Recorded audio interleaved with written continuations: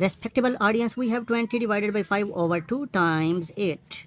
First of all, if we handle this portion, 2 and 8 are being cancelled. Here we will get 4. Now, what is the product of 5 and 4? Because here is product. So we will get 20 divided by 5 product 4. We will get 20. So dividing the same number, we will get 1. 1 will be our answer. But remember that this one is wrong. So if it is wrong, what will be the correct answer? We have to resolve this question according to order of operation, because we have division and multiplication and both are same.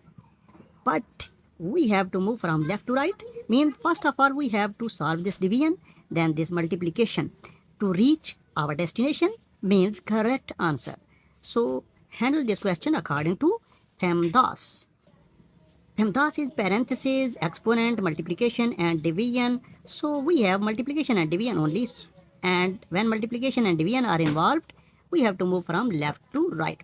Here at left we have division only.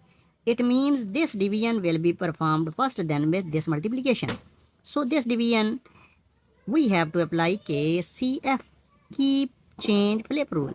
Keep the first one, okay, kept it. Change the second one, divide, yes.